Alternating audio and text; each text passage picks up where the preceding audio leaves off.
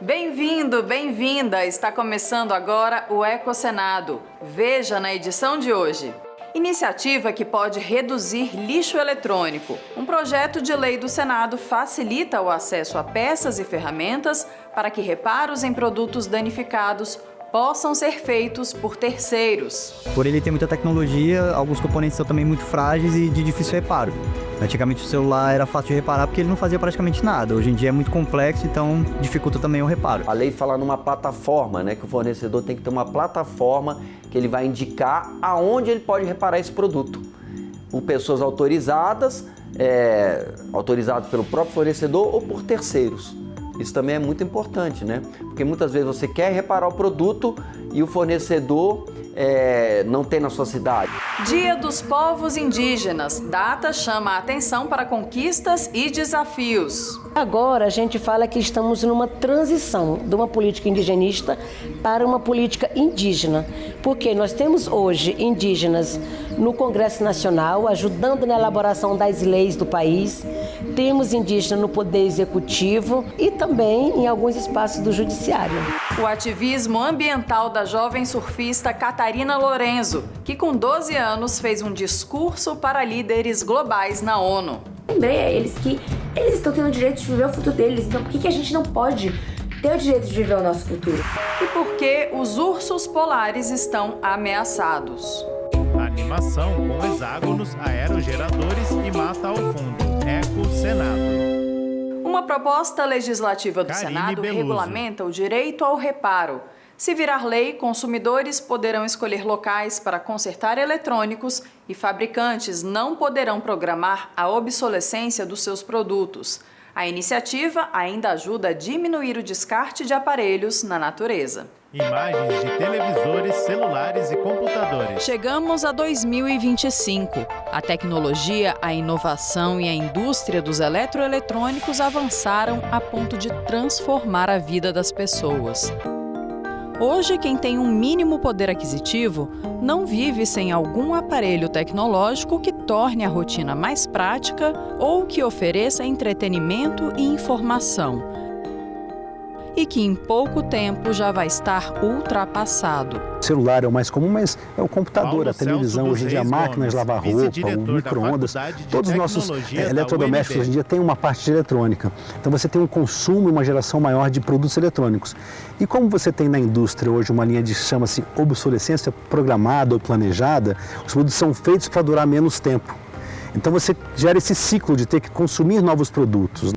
Esse contexto levanta uma séria questão ambiental, o descarte descontrolado desses produtos. Segundo estudos da ONU, o Brasil é o país emergente que mais gera lixo eletrônico por pessoa a cada ano, cerca de 2,4 milhões de toneladas. Estamos na segunda posição do ranking das Américas, atrás dos Estados Unidos, que produzem 7,2 milhões de toneladas anualmente. O que acontece com esse material? Quando ele chega no meio ambiente, você vai dispor isso num aterro sanitário ou no lixão, que seria o pior caso, você tem ali metais pesados, né? Você tem componentes ali que são contaminantes do meio ambiente.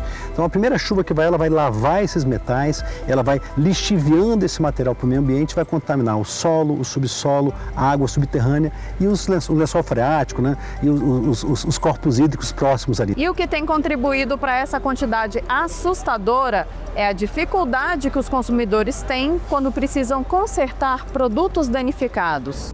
A tela do celular da Jennifer quebrou nessa parte de cima do aparelho, por ter caído no chão. Ela contou que fez orçamento em vários locais para trocar somente a peça. Não está compensando Jennifer consertar, Oliveira então de Carvalho, compensa copeira hospitalar. juntar dinheiro para comprar um novo. Situação parecida com a do Matheus. Quando tem um pequeno defeito, Matheus de Paula, geralmente a peça ela é advogado. muito cara, quase no valor de outro aparelho, que impossibilita a gente trocar o aparelho e tudo mais. Então, eu, por exemplo, tive um aparelho que quebrou uma pecinha mínima e para trocar era literalmente o preço de um aparelho novo. Era comum até alguns anos atrás vermos manuais com explicações de como consertar produtos e peças de reposição disponibilizadas no mercado pelos fabricantes. Mas isso tem se tornado cada vez menos frequente e conseguir assistência técnica ficou mais difícil. Nas lojas autorizadas, os consertos costumam ser caros, enquanto as pequenas oficinas não têm acesso a peças originais e, em muitos casos, são impedidas por lei de realizar reparos em certos dispositivos. Por ele ter muita tecnologia, João alguns componentes são Guilherme também muito Madeira, frágeis e de técnico difícil em reparo. reparo de celular. Antigamente o celular era fácil de reparar porque ele não fazia praticamente nada. Hoje em dia é muito complexo, então dificulta também o reparo. Alguns fabricantes, inclusive, eles têm chips nos componentes, nos periféricos vinculados à placa. Então, se você pegar dois aparelhos originais lacrados e você trocar todos os componentes de um com o outro, todos eles vão indicar que você trocou as peças. E aí, isso para revenda ou até para o próprio usuário também é um prejuízo. Ligada a um grupo europeu, a Proteste, a Associação Brasileira de Defesa do Consumidor, acompanha as tendências que acontecem nos países de lá neste setor. Na União Europeia já é diferente, né? Então, todas as empresas que fabricam celular, por exemplo, são obrigadas a facilitar o reparo. O que é facilitar o reparo? É disponibilizar peças, é aceitar peças compatíveis, mas não originais, e principalmente é evitar o pareamento de partes. É uma prática chamada part sparing, que é quando não adianta substituir só a peça que quebrou. Ela está pareada com uma série de componentes que só a assistência técnica original sabe, só ela tem esse código. Então, se você substituir só a tela, ele vai dar erro ou vai ter limitação, não vai ter o reconhecimento facial, a digitação vai ficar complicada, porque essa tela está pareada com outros componentes. A associação criou a campanha Já Reparou? O objetivo é informar sobre a importância da regulação da reparabilidade para a economia do consumidor e para o meio ambiente e entregar um abaixo-assinado ao senador Ciro Nogueira, autor do projeto de lei 805 de 2024, para que o parlamentar dê seguimento à sua tramitação. O senador Ciro Nogueira propõe uma alteração no Código de Defesa do Consumidor para facilitar o reparo de eletroeletrônicos e proibir a chamada obsolescência programada, que é a fabricação de aparelhos com vida útil curta e pré-determinada. Então, é um projeto muito bom, né? Henrique o código Lian, diretor-geral é uma legislação da Proteste. excelente em termos consumeristas, mas ela precisa ser atualizada, né? Uma legislação que já tem mais de 30 anos e essa seria uma atualização muito importante, especialmente num país como o Brasil, que é o terceiro maior mercado de celulares do mundo, para pegar um eletroeletrônico muito usado, né? E um país de renda média, onde as assistências técnicas não estão distribuídas igualmente por todo o território e os consumidores não têm o nível de renda que tem o consumidor norte-americano ou o consumidor europeu, por exemplo. Então você teria que ter uma rede de pontos de reparo, onde a população se sinta segura de levar o seu equipamento, porque ali você tem dados, às vezes, dados da pessoa, né? Tem informações ali que, pela LGPD, a Lei de Gestão de Proteção de Dados, né?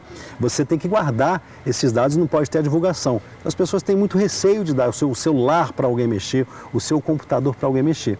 Então essa rede tem que ser uma rede certificada, treinada pela própria indústria que produziu os equipamentos, para que o consumidor sinta vontade. E tem que ser próxima, para as pessoas não terem que se deslocar muito, né, para fazer esse reparo. Tendo esse reparo disponível e sendo mais barato do que a aquisição do equipamento novo, você consegue fazer com que a população decida pelo reparo. Sempre haverá aquele consumidor, e isso não é proibido, que Bessa, quer o novo, não tem problema. Tem que dar alternativas por vários motivos, né? Por opção, ou a pessoa que não tem uma renda para estar sempre comprando um novo, dela mesmo reparar ou ter essas peças sobressalentes, ferramentas, acesso a pequenas oficinas.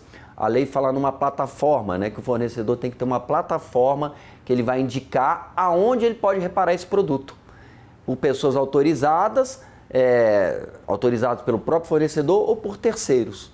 Isso também é muito importante, né? Porque muitas vezes você quer reparar o produto e o fornecedor não tem na sua cidade. 19 de abril é dia de celebrar a diversidade cultural indígena e lembrar das lutas de 305 etnias no Brasil, que somam mais de 1.600.000 pessoas. A ministra Sônia Guajajara falou sobre a atuação política indígena no país. Imagens de mata fechada, rios, vegetação e indígenas. A senhora foi a primeira indígena a ocupar um ministério, né? Como é que a senhora avalia a representatividade, a participação dos povos indígenas hoje no país? Olha, a criação desse ministério é muito além da ocupação de um cargo estratégico dentro do governo federal.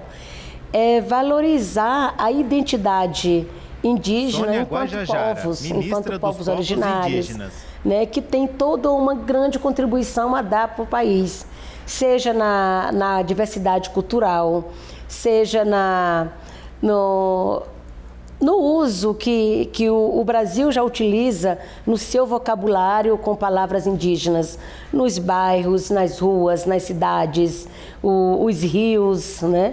E tudo isso vem dessa origem indígena do nosso país e que muitas das vezes passa despercebido, né?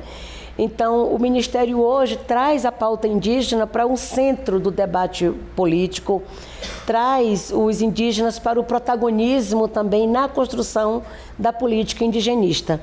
Nós falamos até 2023, né, que a gente construía essa política indigenista. E agora a gente fala que estamos numa transição de uma política indigenista para uma política indígena, porque nós temos hoje indígenas no Congresso Nacional, ajudando na elaboração das leis do país, temos indígenas no Poder Executivo, que trabalha para executar essas leis, porque se você elabora lá, tem que ter gente no Executivo que consiga também fazer com que tenhamos espaços adequados para a implementação dessas leis, né? E temos já indígenas também no Tribunal Superior Eleitoral, em alguns outros cargos no Tribunal Superior do Trabalho. Então, 2023 e 2024 para nós são anos aí que marca essa nossa presença, né, dentro dos espaços políticos, tanto no Congresso Nacional como no Poder Executivo e também em alguns espaços do Judiciário. E agora, em 2025, vai ser realizada a COP pela primeira vez na Amazônia, em Belém, né? O Ministério está se preparando para garantir uma participação indígena nesse evento tão grande, mundial, Guajajara, e qual é a sua ministra expectativa? dos povos indígenas. Nossa, nós estamos nos preparando muito aqui, muito, tanto para garantir uma maior participação indígena, né, em quantidade, mas também em qualidade. Nós queremos que os indígenas tenham uma participação efetiva, né, nessa COP, junto com uma incidência direta com os negociadores que né, estão ali na mesa de tomadas de decisões sobre os acordos firmados nesta conferência. Já estamos exercitando isso a partir da COP da Biodiversidade, que aconteceu em 2024 em Cali, na Colômbia, a COP 29, que aconteceu em Baku, né, e ali já foi um exercício que nós, né, tivemos com indígenas, já fazendo esse diálogo com os negociadores, acompanhando as discussões, acompanhando diretamente nas salas de negociações. Nós instituímos aqui uma iniciativa para a formação de líderes indígenas para a política global. Nós estamos com um curso com Tari Catu, com 35 indígenas que estão fazendo esse processo de formação, inclusive estudando inglês, né, para já se preparar. E na COP30 eles estarem diretamente já nesses espaços oficiais com os negociadores. Para além disso, nós formamos também uma comissão internacional que é composta por indígenas, representantes de instâncias já existentes no âmbito das Nações Unidas, né, como o Caucus Indígena, que é o espaço de encontro dos povos indígenas, né, para toda essa discussão, como o Fórum Permanente da ONU, a Plataforma de Povos Indígenas e Comunidades Locais, a Aliança Global, que é o movimento indígena, né, aí de todas as regiões do mundo. Então, e nós aqui liderando pelo Ministério do Movimento Indígena Brasileiro, para que a gente possa ali ter uma instância também de definição da posição indígena, não só do Brasil, mas do mundo, para que a gente possa influenciar nas negociações. E aí isso se refere tanto as medidas, né, que serão apresentadas, às NDCs do Brasil e também ao financiamento climático. Porque os países ricos precisam entender que não há mais tempo para ficar se discutindo. A hora agora é de firmar os compromissos, aportar os recursos necessários para que a gente possa, né, garantir a proteção da floresta e que a gente possa implementar as medidas locais a partir também do reconhecimento e respeito aos direitos dos povos indígenas, comunidades tradicionais, né, e tudo que já se faz, né, para preservar esse planeta. Então nós estamos com um otimismo, né, um otimismo muito grande de que esta COP será a maior e melhor COP em participação e protagonismo dos povos indígenas. Sim, vai ser uma grande oportunidade. Uma grande oportunidade para o mundo conhecer a Amazônia. O presidente Lula tem falado muito, né, que o mundo sempre falou pela Amazônia, agora é a hora da Amazônia falar para o mundo. E todo mundo só vai conhecer vindo diretamente lá, né, entender essa realidade, que não é só árvores, como muita gente pensa, né, mas que é uma Amazônia muito diversa, com muita gente, com culturas, com territórios, né, com saberes diversos, e que é tudo isso, né, que forma a Amazônia brasileira. Diversas imagens de povos indígenas fazendo pinturas no corpo, vegetação e imagem aérea de aldeia. Agora, destaques do que aconteceu no Brasil e no planeta nos últimos dias no nosso Giro Ambiental. Animação com hexágonos e fotos da natureza. Giro Ambiental. O governo brasileiro anunciou que Campo Grande, capital do Mato Grosso do Sul, será a sede da 15ª edição da Convenção sobre Conservação de Espécies Migratórias de Animais Silvestres. O encontro será entre os dias 23 e 29 de março de 2026. Os ministros do Meio Ambiente dos 11 países membros dos BRICS assinaram uma declaração conjunta reforçando o compromisso com a proteção ambiental e o desenvolvimento sustentável. Entre os pontos abordados no documento estão poluição plástica e gestão de resíduos, desertificação, degradação do solo e seca, preservação, restauração e valorização de serviços ecossistêmicos, sinergias com a Agenda 2030 e as mudanças climáticas. O governo federal se reuniu com representantes de 103 embaixadas para tratar da infraestrutura da COP30. Na ocasião, o secretário extraordinário Walter Correia apresentou o plano para hospedagem em navios e a plataforma de gerenciamento de leitos. Uma espécie que vive tão distante de nós brasileiros e que está ameaçada pelo aquecimento global, o urso polar. Maior carnívoro terrestre do planeta, o urso polar pode pesar cerca de 800 quilos e atingir até 3 metros de altura. Esses animais, que vivem somente no Polo Norte, estão perfeitamente adaptados a condições extremas, algo fundamental para a sobrevivência nas baixas temperaturas do Ártico, que podem atingir menos 46 graus Celsius. As orelhas pequenas e redondas, a cauda curta e compacta e as 2 camadas de pelo ajudam a minimizar a perda de calor. Apesar de serem animais solitários, os ursos polares não são antissociais. Ao final da primavera e início do verão, eles buscam ativamente por parceiros para acasalar. A espécie está classificada como vulnerável na lista vermelha da União Internacional para a Conservação da Natureza. O gelo marinho, que tem um papel crucial na sua sobrevivência, serve como plataforma para a caça, a reprodução e, em alguns casos, para a construção de tocas maternas. Mas as mudanças climáticas têm causado a perda de seu habitat com o derretimento das geleiras. Os efeitos dessas transformações são mais intensos e midiáticos no Ártico do que na Antártida, comprometendo a sobrevivência dos ursos polares. E agora vamos mostrar a história da Catarina Lorenzo. Ela tem 17 anos, é surfista de ondas grandes, baiana, e em 2019 discursou na sede da ONU sobre mudanças climáticas.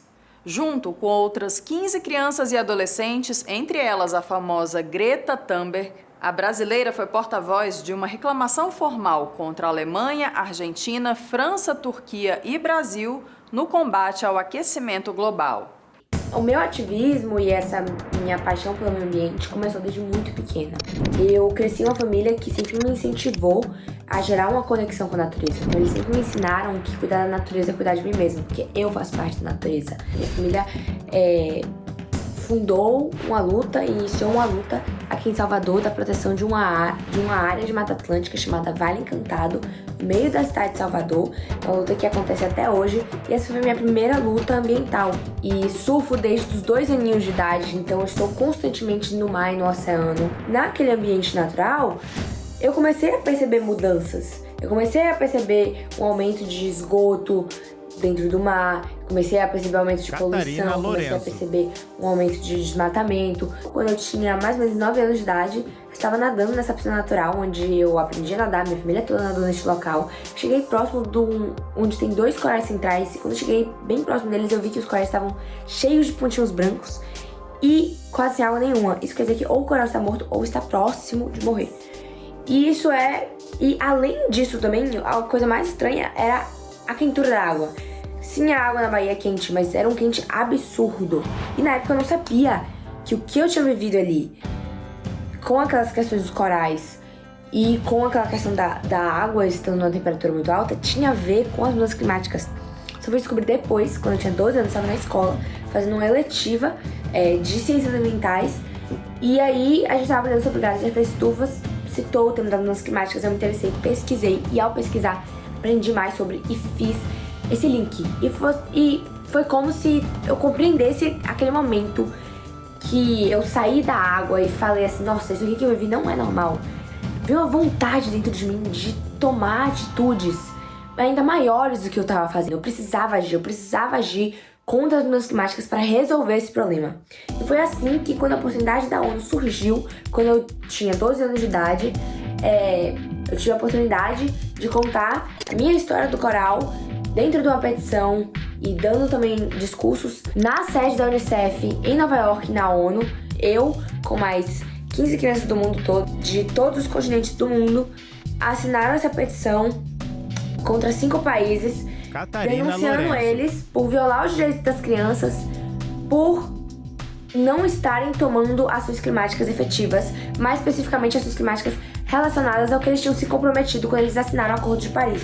Esse momento, pra mim, foi muito impactante, primeiramente porque não só de eu ter a oportunidade, de conversar com os líderes mundiais no âmbito global, então lembrei a eles que eles estão tendo o direito de viver o futuro deles, então por que a gente não pode ter o direito de viver o nosso futuro? O momento de agir é agora, porque agora é aquele momento crítico de que ou muda e aproveita para prevenir que futuros danos aconteçam, ou a gente chega no futuro e sim continua agindo, mas infelizmente a gente não vai estar em momento de prevenção, a gente vai estar em momento de ter que lidar com as perdas e danos e tentar diminuir esses danos. Mas eu acho que o mais importante de tudo foi as conexões que eu fiz. Estar lá lutando ao lado de crianças do mundo todo me trouxe uma certeza de que não importa onde você esteja, tem mais pessoas lutando com você.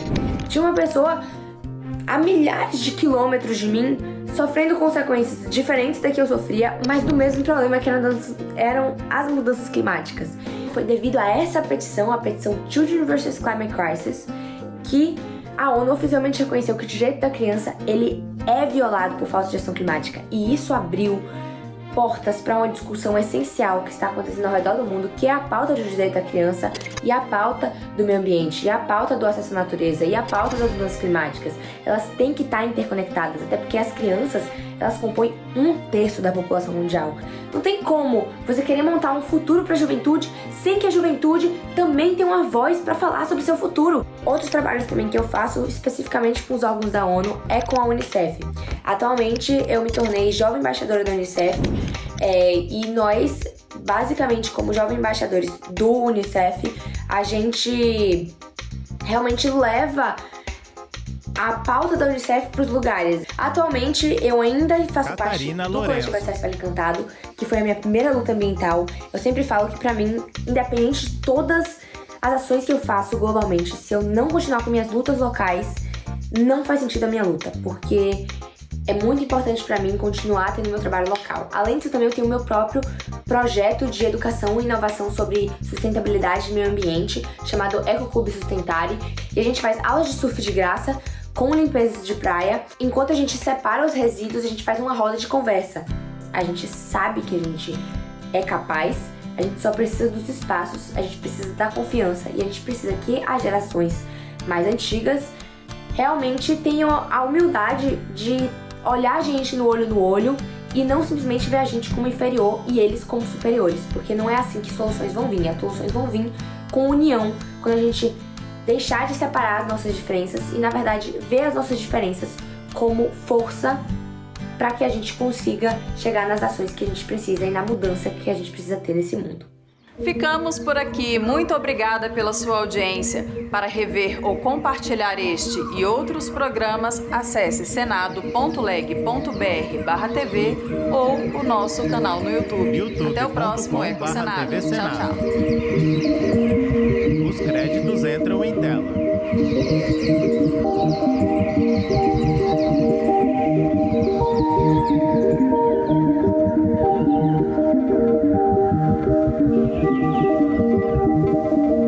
TV Senado 2025.